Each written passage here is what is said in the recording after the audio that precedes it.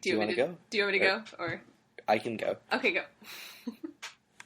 Hello, and welcome to the Ham Steak Podcast. I'm Ham, and this is Steak.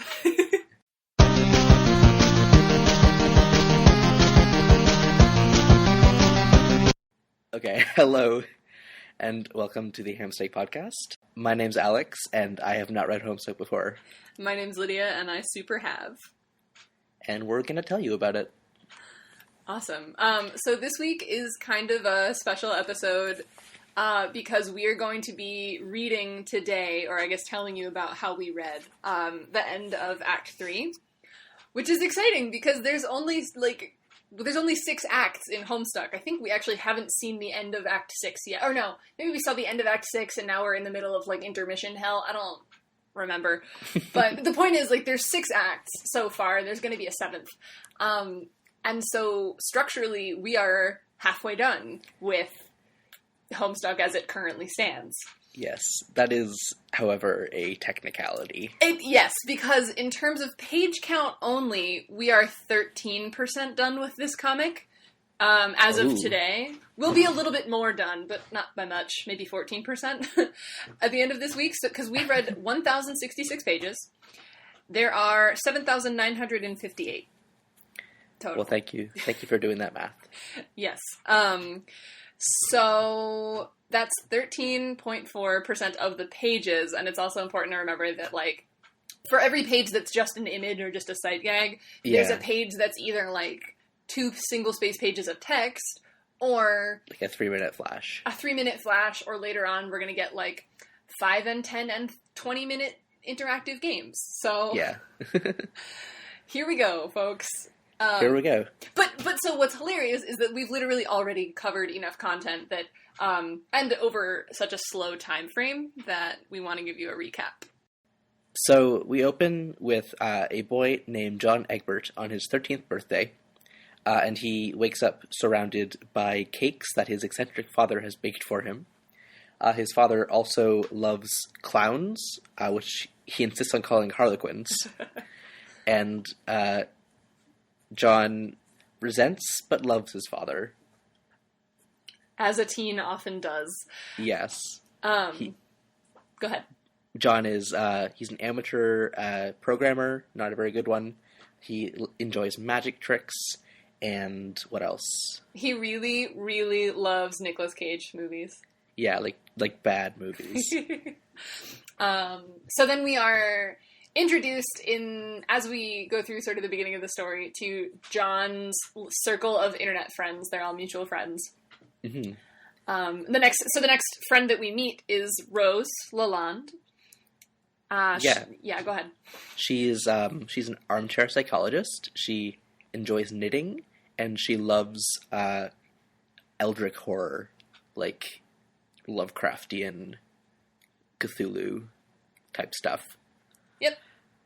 And she lives with her mother, who is a high-functioning alcoholic, apparently obsessed with wizards.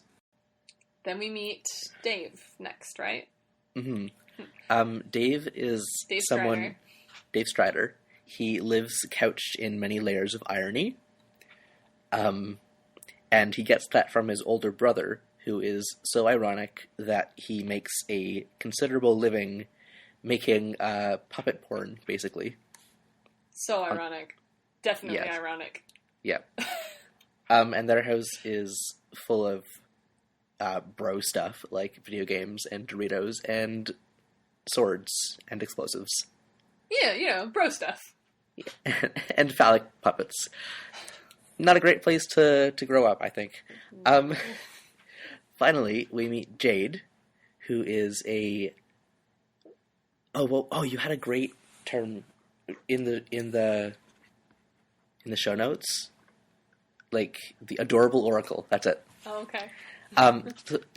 Finally, we meet Jade, who is the group's adorable oracle. She is a psychic, it seems, who is also narcoleptic in kind of a mystic way, and she loves growing plants. She lives in a weird tower on an isolated island in the Pacific with her grandfather and her pet Becquerel. Jade is particularly complicated. We will learn more about her. Yes. So those are our human characters that we are mainly dealing with. We jump between their perspectives, and usually as we jump between those perspectives, we sort of catch them up to the current point in time where John is. Mm-hmm. But it gets increasingly confusing as the story goes on, and you have to look for cues as to where exactly on the timeline you are. Yeah, so speaking of jumping around the timeline, on top of these present-day human characters, we also have a set of non-human carapace people who live in the desert in the remains of America a few hundred years in the future.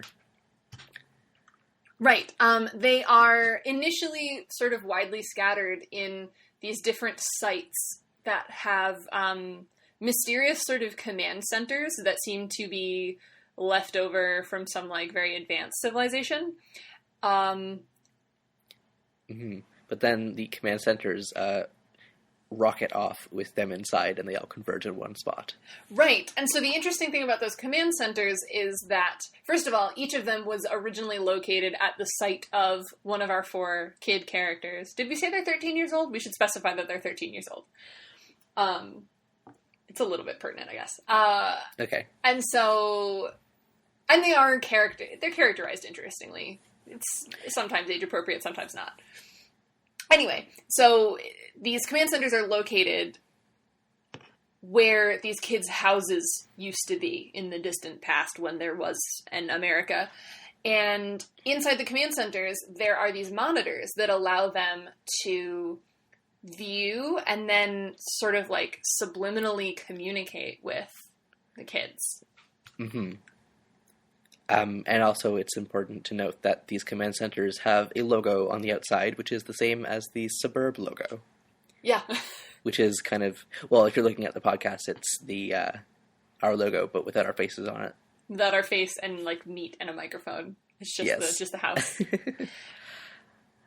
So, just quickly, we'll go over these... the carapace people. The carapace people that we've met so far. They're pretty straightforward. Yeah, so we have the Wayward Vagabond, who becomes mayor of Can Town, which is a town he makes out of cans. And he also meets a firefly named Serenity, who communicates by blinking Morse code. Mm-hmm. Then there's the Peregrine Mendicant, who is ritualistically sort of carrying out the actions of a mail carrier, even though, like, she's got all this mail, but obviously all the people it was addressed to are long dead. So she just wanders through the desert with this cart of mail until some stuff that happens later on, which we'll get to. Yeah. And finally, we have the Aimless Renegade, who we've just met, who's covered in caution tape like a mummy, and who so far has done nothing really but shoot at the other 2. So we'll find out more about him as we go. Yep. Interesting is that there's some really weird technology in these command centers that these carapace people have found. So we talked about the monitors.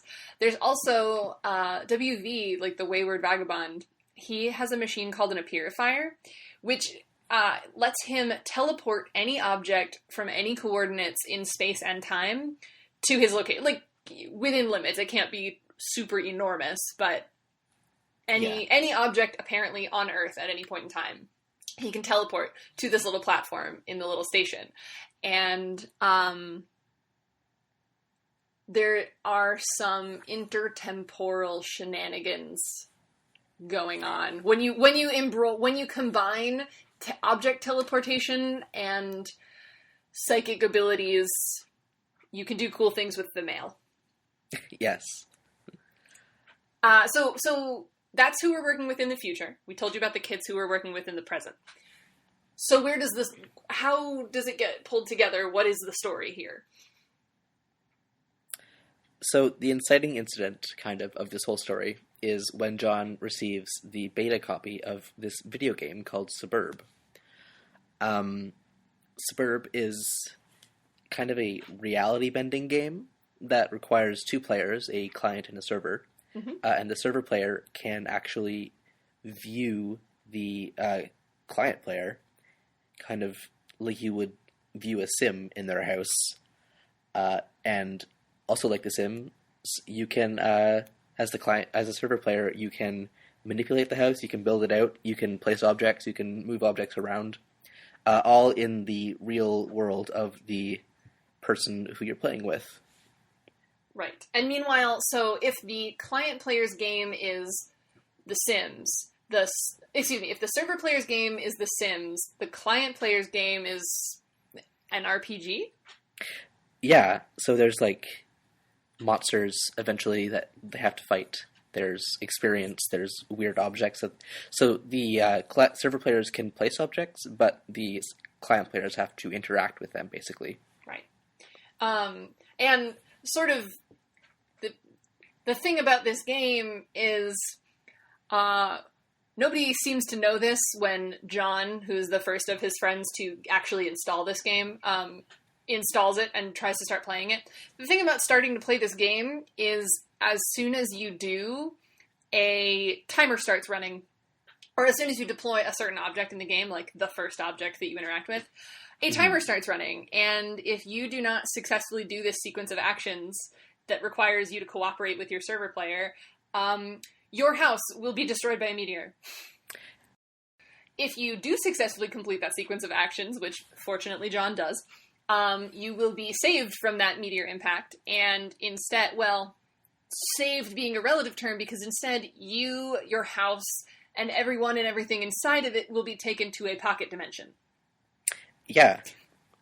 And the thing about that pocket dimension is, as we later learn from a friendly, sort of reanimated spirit of John's grandmother mixed with a clown, don't worry about it, she knows a lot of stuff, and one of the things that she knows is that you can't save the Earth. The Earth is doomed. Mm-hmm. So your best hope is to get your house and your loved ones teleported into this pocket dimension called the Insiposphere. Because as it turns out, the countdown that you get from the game, rather eerily, has nothing to do with you planting that object. It just shows you how long it is until the meteor that was already coming to your house actually hits your house. Right. So we see a bit later on when Rose finds the secret passage from her house to the lab next door, that in this lab there is a whole monitor system showing a map of the Earth with all the past and future strike points of these meteors. So all of this doom is like predetermined in a way, and whether you escape to the Insiposphere or not is up to you. Mm-hmm. Mm-hmm. Oh, and the 4 largest meteor impacts, conveniently, first of all, somebody knows when they're all going to happen and where they're going to happen, which is a little eerie. But also, the 4 biggest ones are either have already happened or are about to happen over our 4 kid characters' precise locations. Yes, exactly.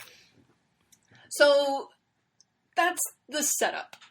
That's kind of, the stakes escalate rather quickly about halfway through Act 1. Mm-hmm. But what happens to John once he does get drawn into this game world? He mysteriously still has power on internet because the game, I guess, decides that that's convenient, so he can still chat with his friends. Rose can still interact with his environment, you know. Right. Yeah. And we learn a little bit about this world. So we learned that the place where John is called the Medium, and there are 7 gates above the Medium that he is supposed to build his house up towards in order to reach a world called Skaya, which is like the source of creative power in the universe or something. Mm-hmm. And Skaya also has this double golden moon called Prospit, which seems to be the home of something called the Light Kingdom, and there is a corresponding Dark Kingdom, which, when John entered the world with his Nana sprite, who is clown-themed, the clown part of that went and told the Dark Kingdom to go be clowns, and so John is attacked by these imps and ogres who are all wearing clown hats. Right, and his father also gets kidnapped to the Dark Kingdom, whose name we have not learned yet. But his father is currently being assailed and imprisoned by more of these jet black carapace people. But he's given them a really hard time. He's sticking up for himself, so. Yeah.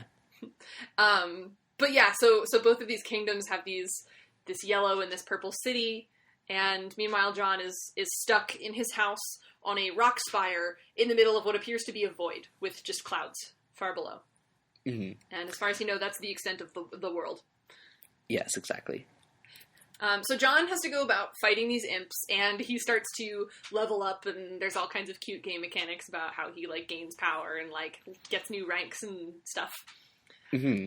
And he also learns how to do some alchemy, which means combining objects that he has on hand. Right. Which gets pretty interesting. Yes, which is used for equal parts visual gags and, prop humor, and just creating cool weapons and cool costumes and stuff.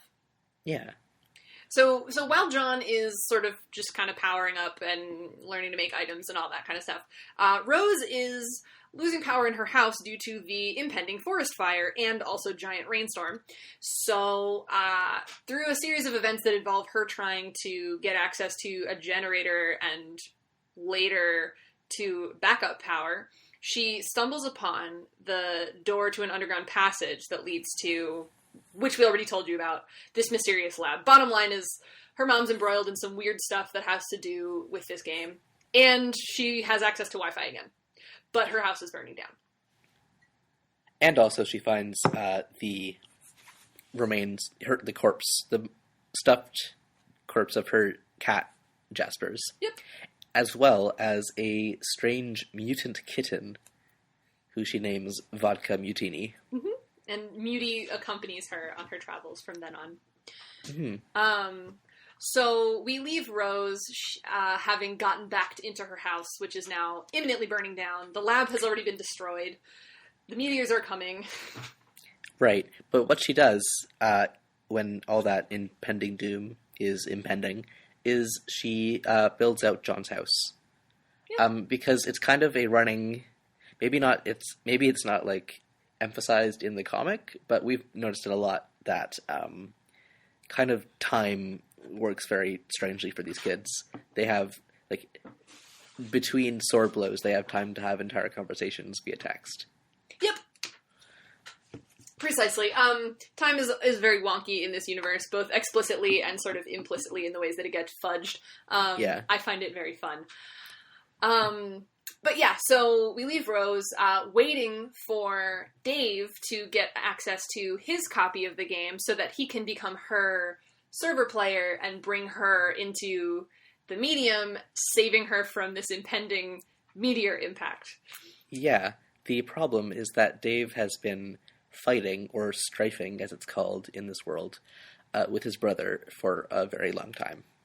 For literally, I think 4 episodes. I think the fight started 4 episodes ago. Yeah. And it's not actually that much time watching them fight. It's mostly just that, Hussey will forget about him and cut back to him. Did we say who this is by? Homestuck is by Andrew Hussey. Yeah. Thanks, Hussey. Thanks. Anyway, so Dave has been fighting with his brother and his brother's creepy puppet Cal. Mm-hmm.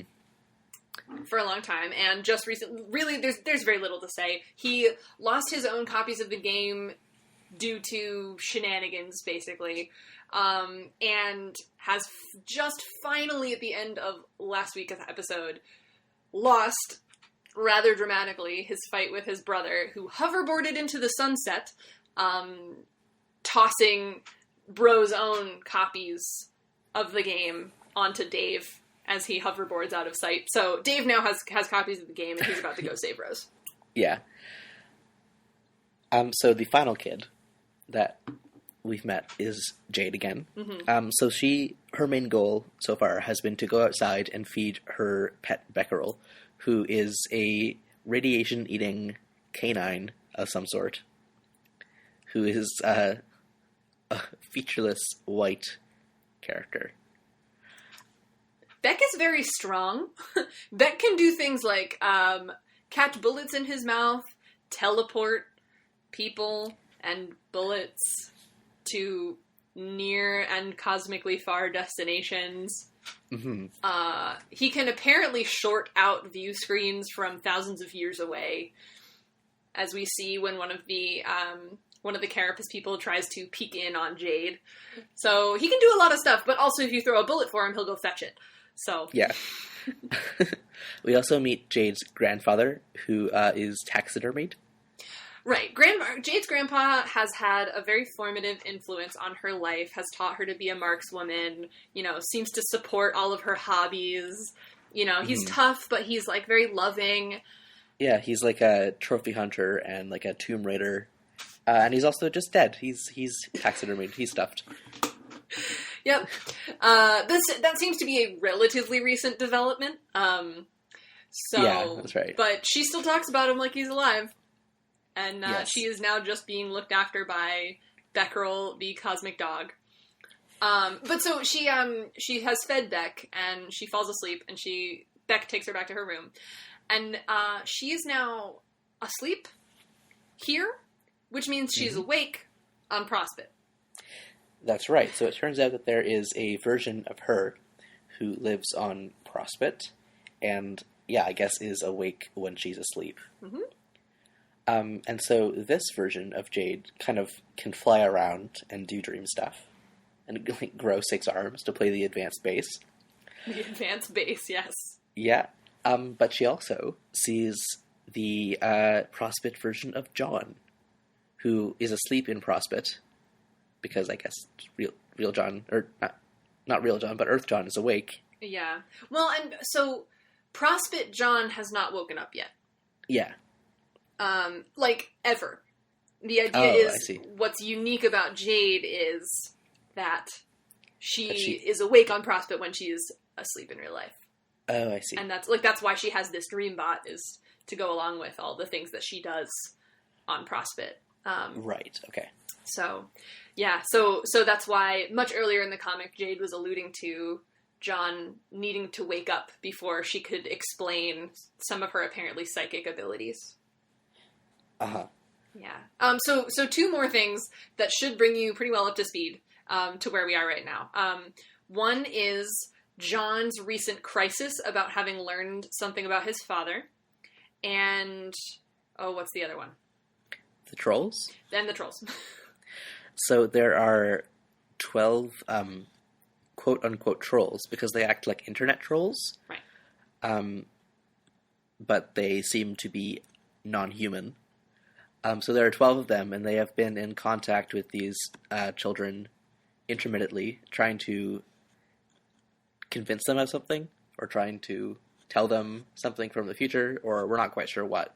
But they just kind of yell at these kids through their Pester Chum chat client. Right, and they mysteriously seem to have access despite, like, being blocked. They get through, and it's strange. There are 12 of them. We begin to meet more of them as we go on through the comic. But we don't know anything about them except their names. Yeah, so far we've only seen a couple of them through text. Yep.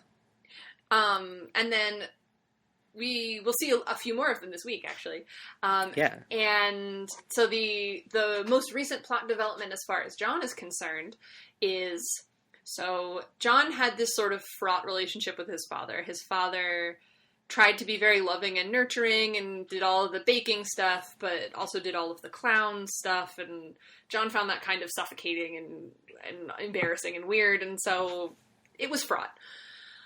And now his father has been kidnapped, he's gone, and meanwhile, John needed to get into his father's room for some in-game reason I don't remember, and it's not important, but he's never been in his father's bedroom before, so he goes in through a hole that he's blown in the roof, because that's what happens when you're fighting imps and ogres, and is horrified to discover, or maybe not horrified, but incredibly rattled to discover that his dad's bedroom is entirely bland. He's just a normal businessman. Yep. John has thought all along that his father was some kind of traveling street performer doing clowny antics for money. Not at all. There are no harlequins in this room. And so this is sort of a twofold shock for John, because number one, his father's just an ordinary guy. He thought he was wrong about a bunch of stuff. And number two, once he leaves his father's room and goes back to his own bedroom, he notices that all of his movie posters, he has a lot of movie posters for these movies that he loves, they've all been defaced with scribblings and scratchings of pictures of clowns and I don't know, just stupid boy, he thinks the kind of thing that he thinks the imps have been scratching on his walls. And Rose points out that his posters have been like that all along. He just didn't see them until after seeing his father's room. Her theory is that for some reason he was sort of subconsciously blocking that out, and because seeing his father's room changed his perspective on a lot of things, it changed his perspective on his own room too. We still don't really know what's going on with that, but more important things are going on. Rose needs to get into the game, and John needs to get through the gates, and so they've just sort of let it go for now. And that is where we left off. Yeah, that's essentially all there is. Yeah. In so many words. So where we pick up is with Dave having had his ass kicked. Yeah, so Dave, he chats, or he messages Rose, and kind of just says, bro, just kicked my ass. That's all there really is to it. So thanks, Dave, for recapping yourself for us. Appreciate it. So from there, we get a flash that is a little bit hard to follow. So the action that gets us there is Jade pester John, which is an action that we've seen before. We see in this flash Jade opening chat conversations, and underneath the flash we see a pester log that gathers all of John and Jade's previous conversations. And what we realize we're seeing is all of those conversations from Jade's perspective instead of John's. And what this flash does is kind of explains to us how Jade seems to know things about the future. And so the way that she knows these things is she's been waking up on Prospit while she's asleep in real life. And when she wakes up on Prospit, Prospit flies very close to Skaya, and so when her tower room gets pushed into Skaya, into this creative energy, whatever, there's clouds floating around that show the world. They show the world in the past and the present and the future. Just images and little moving images, and sometimes more immersive things. So for instance, she, while awake on Prospit, hears a meteor impact and sees a huge crater outside of her house. And what she's actually seeing is the meteor impact that created the ruins outside of her house billions of years ago, shortly after the Earth was formed. Mm-hmm. Because that's how Skaya works. So things like that. She just sees bits of the past and bits of the future and remembers them when she wakes up. And also messages them through the dream bot.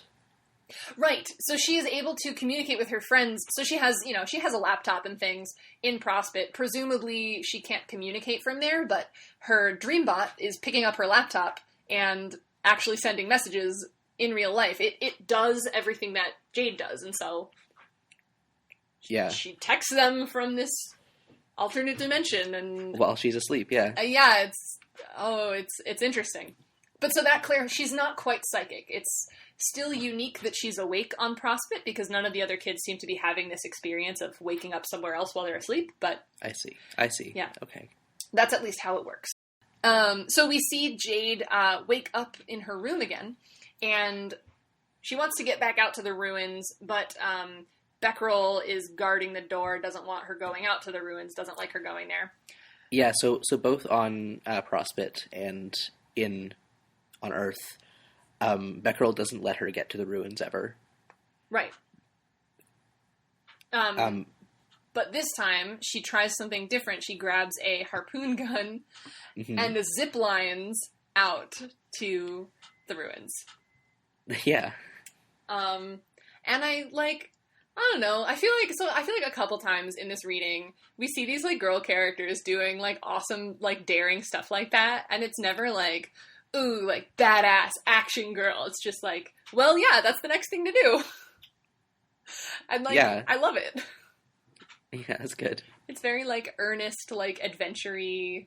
I don't know. I think it's fun. I really love how the female characters are handled in this story. Whatever. Yeah, for sure.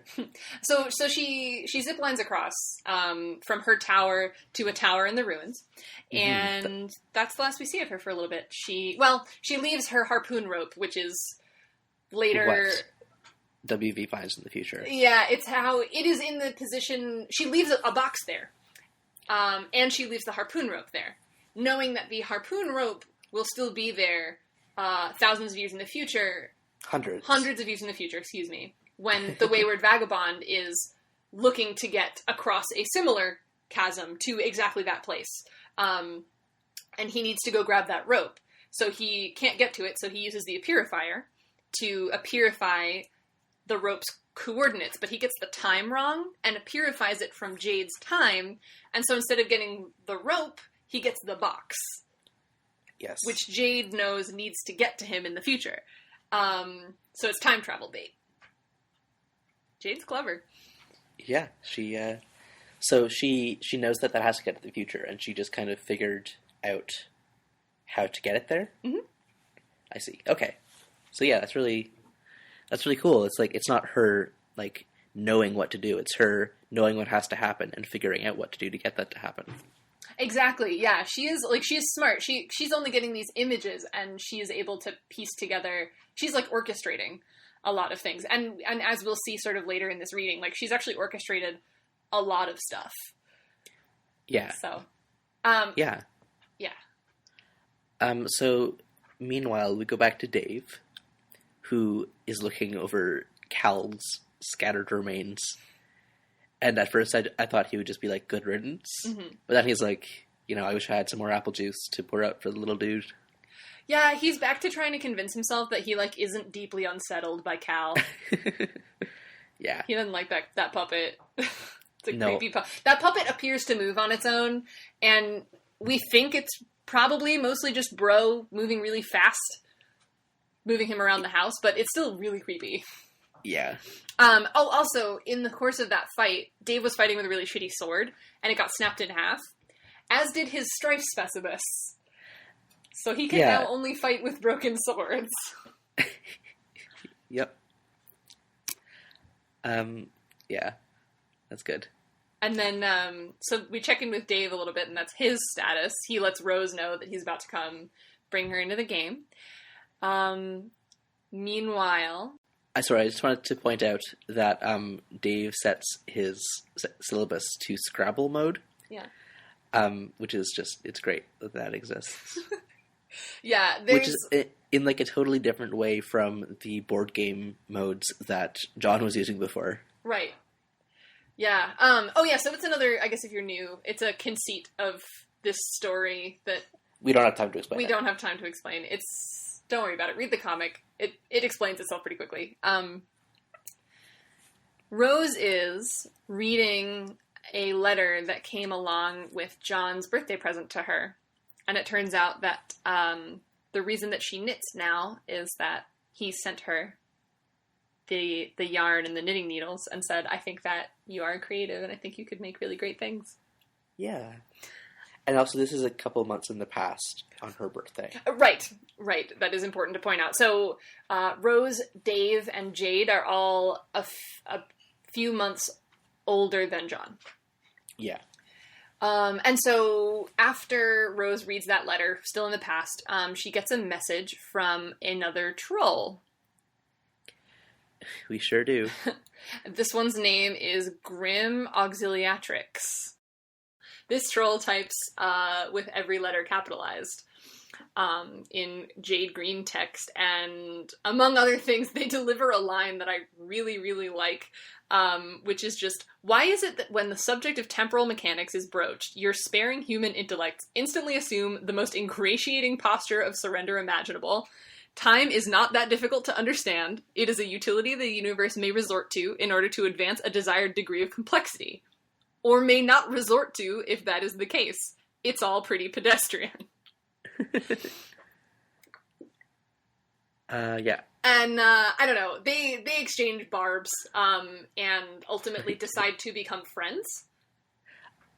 Yeah, so there's some weird time stuff, obviously, going on, where the troll says to Rose, a few minutes ago in my time, you from your future said that we should be friends. And then Rose is like, I guess we should be friends because I said so in the future, which is now. Yep. So, yeah, it's weird. They both initially broached it to each other in their respective... Yes, exactly. Right. Then we cut back to Dave, who is similarly a few months ago opening John's birthday present to him, which is the shades that he wears now, because as he's opening the present, he's wearing shades that look an awful lot like his brother's goofy anime ones. Right. So yeah, these are the shades that graced the visage of Ben Stiller. Ben Stiller's weird sort of gaunt face. And he obviously, like, it's really cute because he then wears them from then on and we never see him not wearing them. Aw. Then he gets trolled. Well, someone tries to troll him. Yeah, so another one of the trolls named Adios Toreador. This one types with a lowercase first letter, all caps subsequent letters, and every line ends with a comma, and it's brown. Yeah. To which Dave just says, like, your typing style is so annoying. But basically, Dave beats them at their own game. And they get really uncomfortable when he keeps talking about his dick. Yeah, so what he's trying to do is he's insinuating that this troll, like, really, like, wants him or whatever, and he's, like, trying to make him feel really weird about that. Yeah. And so he just delivers this really beautiful... Dave is full of beautiful, vivid imagery, and Dave delivers really beautiful, kaleidoscopic imagery of, like, synchronized swimming of dicks, somehow. It's really, like, actually genuinely beautiful. He does get there from a protracted joke about quote-unquote ethnic weddings, which is the second explicitly quote-unquote ethnic wedding joke we've gotten in this comic. Yeah. Why? And also the whole thing is just kind of homophobic.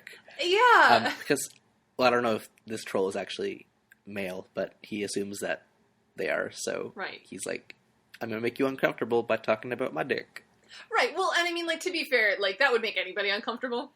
No, yeah, but, like, specifically, like, how much you want my dick and how that's gay. Right. Yeah, there's a lot of casual homophobia, particularly from Dave, and sometimes between Dave and John, and I don't know, it is authentic to how 13-year-old boys behave, but so much of the way that these characters behave is not authentic, that, like, exactly. Did you have to leave that? Anyway. Exactly. But yeah, do you want to do some of these quotes? Sure. You don't have to. No, I would love to read them. So... Okay. Dave is basically saying, I want you to let me know when it is you're going to decide that you're really into me, because I want to know exactly when I got to clear some space in my calendar for when some fuckwit blunders out of a magical phone booth and makes a ballad-inspiring play for my throbbing beef truncheon. It'd suck if the universe blew up on account of you missing your window of opportunity to help yourself to a pubescent boy's naked spam porpoise. Uh-huh. That's all I got. All right. Let's move on. All right. So we cut to the distant future where AR is noticing some illegal pictography on the ruins. Yeah, so apparently pictures of amphibians and reptiles are illegal. And at first I was wondering if that was like a rule from the Dark Kingdom that he's like holding over, and is he like one of these outcasts that's trying to bag the other outcasts and get back in good graces? But it turns out he's the judge of Ammo Town in this little temple. He's kind of just playing judge. He's just making his own rules. Yep. Yep. So he makes a little town out of bullets. Well, it's really just a court. A little court. Yeah. Of bullets. Specifically bullets left over from Jade's house, because again, Jade's house is in these frog ruins. Yeah. So, then he's scoping out the other Carapace people from his, like, perch up in his tower, and he keeps trying to shoot them because they are trespassing on the area under the tower, which he's decided is a crime scene for some reason. Yeah, so he's taped it all off with caution tape. And he thinks that they've, like, gone through several layers of caution tape that he's meticulously put out. But they just, like, flew in there not of their own accord. You're right, they accidentally crash-landed there, so, like... Yeah, but he doesn't know that. Right. And at any rate, the caution tape is really arbitrary, so... But whatever, he's trying to blow them up. But he's terrible at shooting guns. So he fails to do that. And instead, just blows a bunch of holes in things. Yeah. So you point out one of his lines and say that it's maybe the most meaningful sentence in the entire comic. The most meaningless. Did I say meaningful? No, I read it wrong. Okay. Oh, yeah. So he says, the action is, I think it says you used up a whole clip and managed not to hit them. And then the action is, realize that your weapon is magazine-fed, not clip-fed. And the panel actually just says, you don't even care about that. But, I don't know what a magazine or a clip is.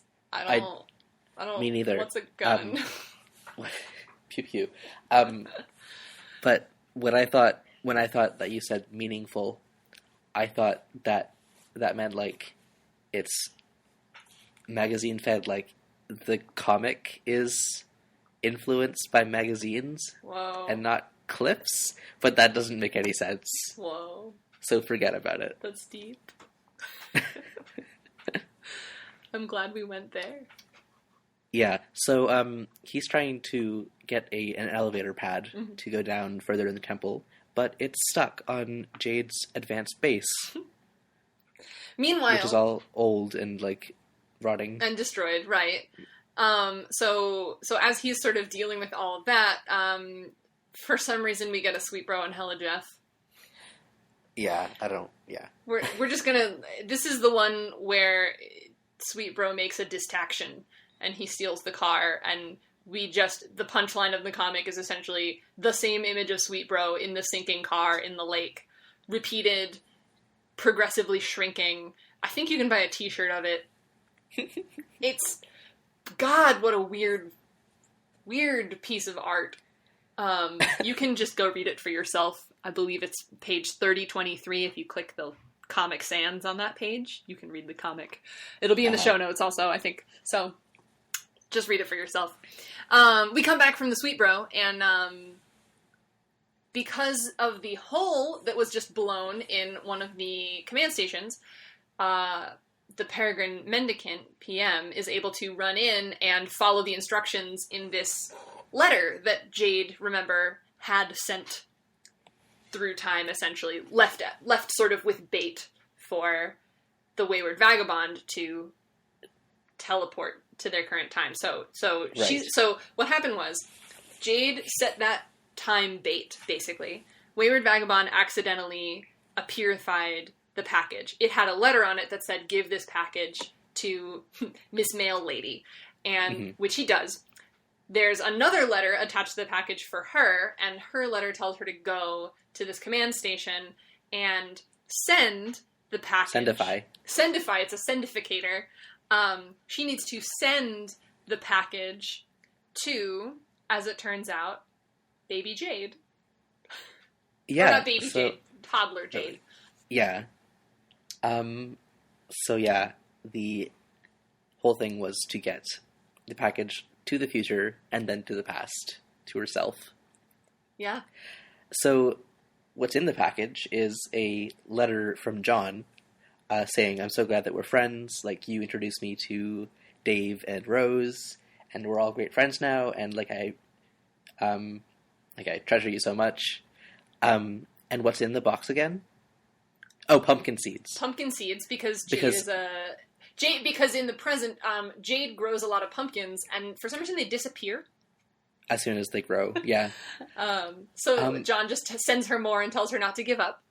Yeah, so Jade, like, toddler Jade, well, he also sends her the shirt that we see her wearing much later. Yeah, that's right. Yeah. But so at first, when I was reading this, I thought the punchline was going to be toddler Jade being like, I can't read. Oh, yeah. I think she's meant to be slightly older than she looks. She looks like a toddler, but I think she's supposed to be like 7. Yeah. It's hard to tell the way that proportions are drawn in this comic. Like, the kids are proportionally a lot shorter than, relative to adults than, like, a 13-year-old actually would be. Yeah. But basically, Baby Jade is like, I don't know who this John person is, but growing pumpkins seems like a fun hobby. Mm-hmm. So she just kind of, like, sets her own future friendships in motion. And so when she meets Jade, or when she meets Rose, when she meets John, she'll, like, know who he is from the future, but it's not psychic, it's just, like, time stuff. Mm-hmm. So it's weird. It is our second time paradox induced friendship in under 50 pages. I love it. Yeah. Then the next page just says WAP, and it's a big flashing gif of the word WAP. The following page is Jack getting punched in the face by John's dad with the caption, "You bear the vicious brunt of this story transition directly in the face." Uh-huh.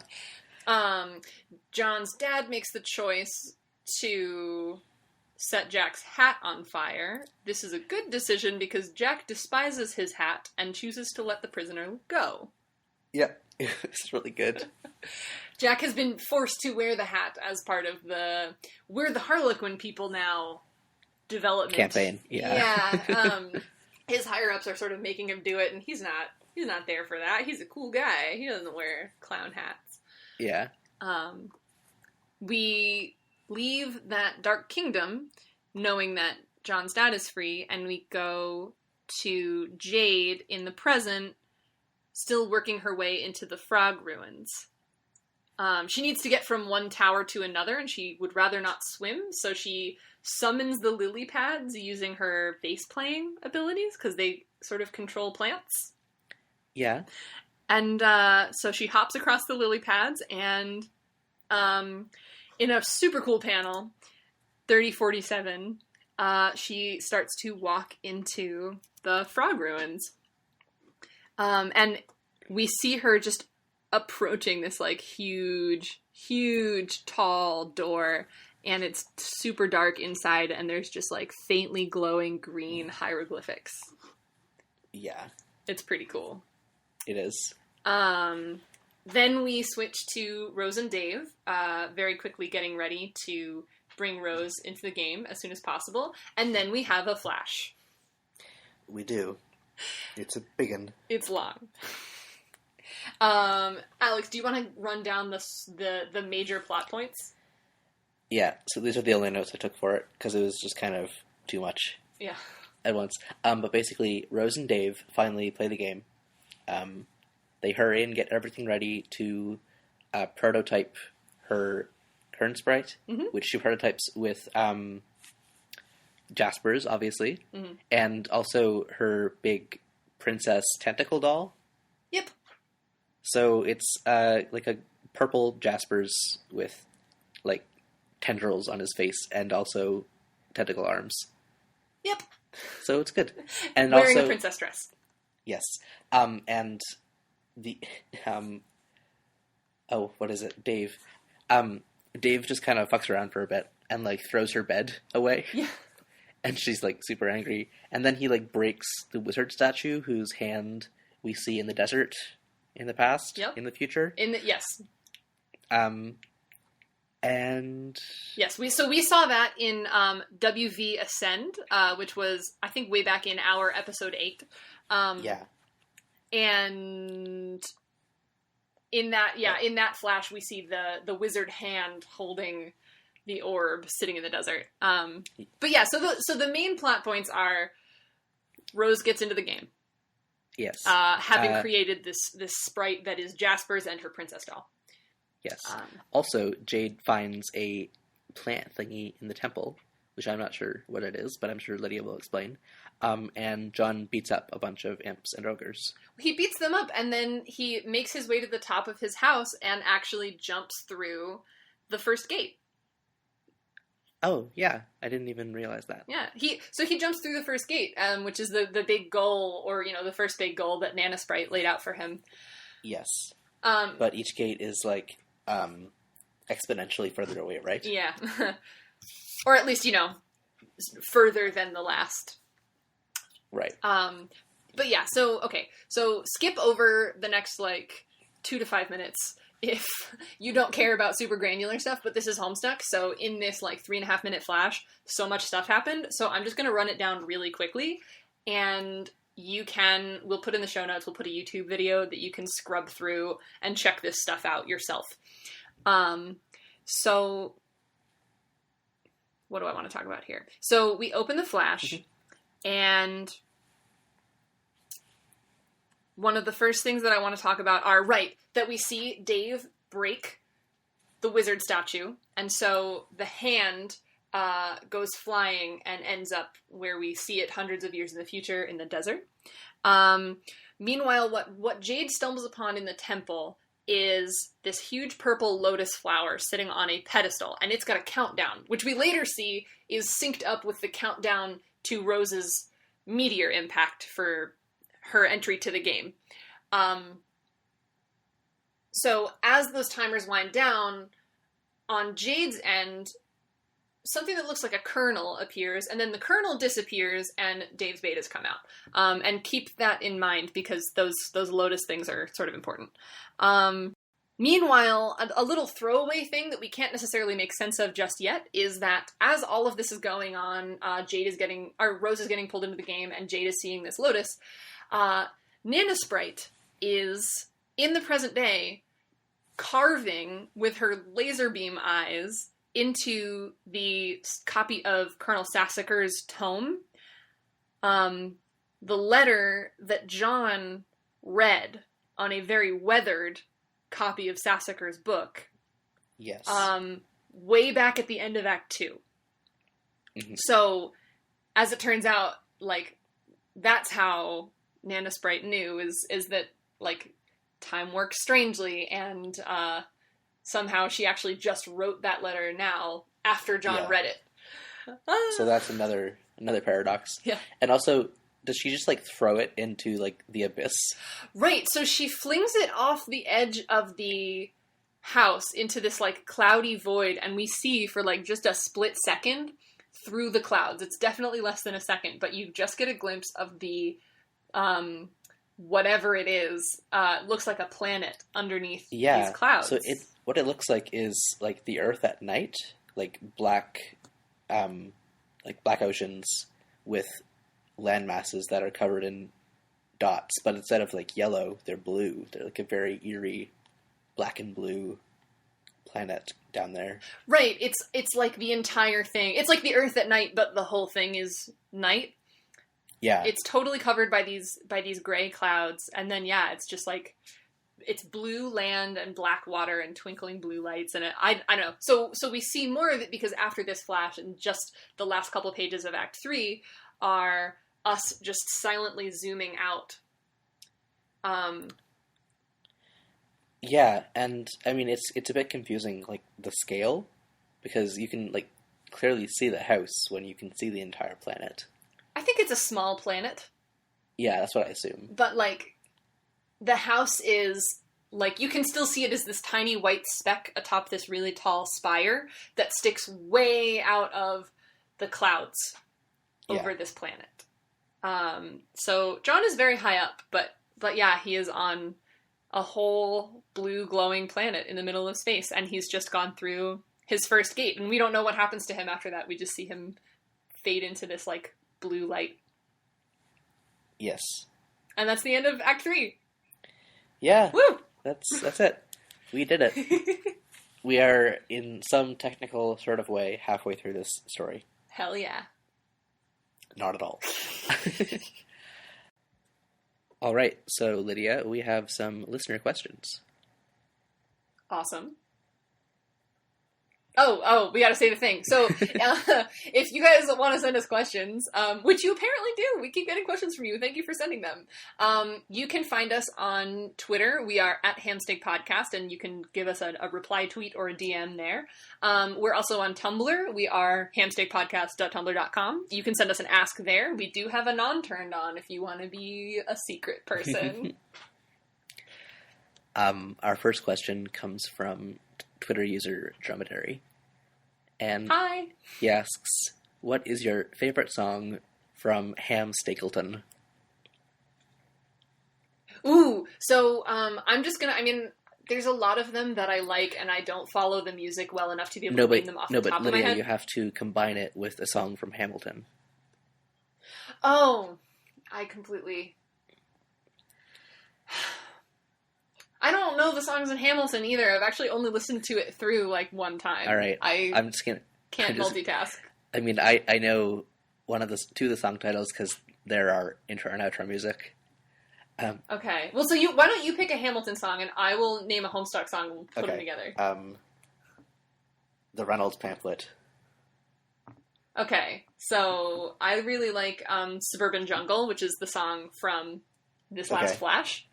And in fact, when I first read this comic, I spent a bunch of time hunting down and finding and procuring and trying to foist on my drum section percussion ensemble music for that song, because it's all done with, like, synthesized, like, mallets and marimba and stuff, and that was my jam in high school. Anyway, I feel bad that you're invested in this, because the mashed up answer is Subgenald's Germflit. Subgenald's Germflit. Sounds... Listen, I think actually you could make... I think the title sounds pretty hellacious, but actually if you mashed up those two songs, it could be pretty dope. Well, there you go. I think it'd be pretty dope. So, there's your answer. He also asks, what would we prototype in our kernel sprites? Oh, God. See, I wish it didn't apparently just absorb whatever you put in, because otherwise I would prototype my dog, so then I could have, like, my dog and then also my, like, spirit dog. And, like, they could be friends with each other. But if it doesn't work that way, probably I would prototype, like, my plant, like my little succulent, because I think my succulent is dying and I want to give it a second life. And then I would also want to prototype something that can talk. Right. So, like... Just like someone off the street. Yeah, I'd just grab someone. No, I would feed it a corpus of all of my chat logs. So it would just become like a little succulent Just bot. like print them all out and stuff it in there? Yes. Or like a hard drive with them on it. Because then you could have like, I would say the hard drive. Like a robot succulent. Yeah. Or maybe I'd just add like a doll or something. I don't know, to make it like personified. Or I guess it's sort of personified anyway. So does it have to be two things? It can be it has to be two things in order for it to be able to speak. Okay. Remember? Sure. Mine, maybe, I have a Pokemon plush that I could put in there. It's Which one? called Fennekin. It's the little fiery fox one. Yeah, Aww. It's cute. Maybe that, and I like the idea of like a bot of your own, like tweets. I'd probably put like a bot of myself, an ebooks bot. Oh my god! So you could just have like a babbling Markov chain little fox Pokemon. That sounds adorable. Yeah. All right. Solid questions. Every time Twitter user Dromedary Coming through. Yeah. Speaking of people coming through, our final question is from Dwellington on Tumblr. Hi. And he says, okay, so you two are wonderful and charming, and you're also very good at engaging with and enjoying problematic media while still being critical of its faults. This isn't really a question, I just wanted to appreciate y'all for having found a happy, conscious medium between ignoring Homestuck's problems and getting bogged down in discourse. Thanks. That's a very nice compliment. Thanks. Yeah. I guess we haven't run across a ton of really problematic stuff recently. It was a little bit worse right in the beginning. Yeah, I think, like, just calling it out when it happens and being like, that's not cool, but let's move on. Mm-hmm. Call it out, engage with it Yeah. some, but at the end of the day, be like, I think that this work still has, it still has artistic merit. Yeah, for sure. And, like, So, yeah. thank you. And I mean, like, I think that's the healthy way to interact with media or with people. I mean, there are things that are, like, so problematic that I've just dropped them. Yeah, you have to kind of decide, and, like, that's something that, like, varies person to person. I know personally there's a ton of media that I don't consume because, I don't know, it takes a lot for me to get into a thing, and so if it, like, bugs me immediately or too many times, I'll just be like, I don't care that much. Yeah. Like, I'm sorry, I'm not into Yeah, it. exactly. But, like, so I think part of the reason that I do try to be pretty good about it in Homestuck is, like, actually I low-key deeply fucking love this stupid con. Do you really? I had no idea. Yeah. You should, like, make a podcast about it. Leave me alone. But yeah, thanks. But- Thanks for that question or comment. Thanks. And that's about it. Woo! We made it. Congratulations, you guys. We made it through Act 3. So that's another thing. So we made it through Act 3, and unfortunately, fortunately, my grandma's turning 80. So I'm going to be helping my family put together a big, exciting event for that next week, and also just traveling a lot, and, like, I got a lot of stuff going on. So we're not going to be able to do an episode next week, unfortunately. Mm-hmm. But we will pick up the following week, which will be, so you should look for our next episode on Monday the 21st. And in that episode, we'll be talking about the first big intermission of Homestuck. So are we reading the whole intermission? So we're going to spend the next 2 episodes talking about the intermission, which we're going to split into 2 episodes because it's kind of long. And so those will be coming out. Yeah, the next one comes out Monday the 21st. So look forward. Get excited. The first one is going to be us reading pages 3054 through 3162. And obviously those numbers will be in the show notes too. So if you want to follow along. Yeah. And if you have been listening but not reading, maybe now that there has been a in-depth recap, maybe if you want to start reading now, that would be a good place. I do, yeah, actually, I want to sort of harp on that a little bit, because I definitely will agree with anyone who says that Homestuck is, like, really slow to get started. It's really slow to get going. It labors under a ton of, like, jokes and asides about, adventure game mechanics and, like, pop culture, and it just kind of takes a long time to get going. But, like, at this point, we move at a good clip, and there's a lot of stuff going on. And I've read this before, and I still, every time I have to, like, stop my reading for the podcast, I'm like, but what's the next thing? Yeah. Yeah, and also, like, I've read it so far, and I have the attention span of a spoon, so I think anyone can do it. Yeah, awesome. So yeah, I definitely think that you should pick it up. And reading along with us is a good way to do it, because it's kind of overwhelming otherwise to just try and knock out all at one go, because again, like 8,000 pages, I don't have time for that. So little bits, little chunks. Yeah, and that's, I guess we'll catch you 2 weeks from now. As always, like, send us your questions. If you want to find us individually on the internet, I am BrickChip on Tumblr, and I'm also BrickChip on Twitter. Hit me up. And I am Leaf Crunch on. And I am also. Wait, shit. What? Excuse me. And I am Leaf Crunch on Tumblr and Crunch Leaf on Twitter. Nailed it. Yeah. All right. Bye, guys. Thanks again. Thanks so much. All right. Bye. We'll see you soon. Love you. Aw.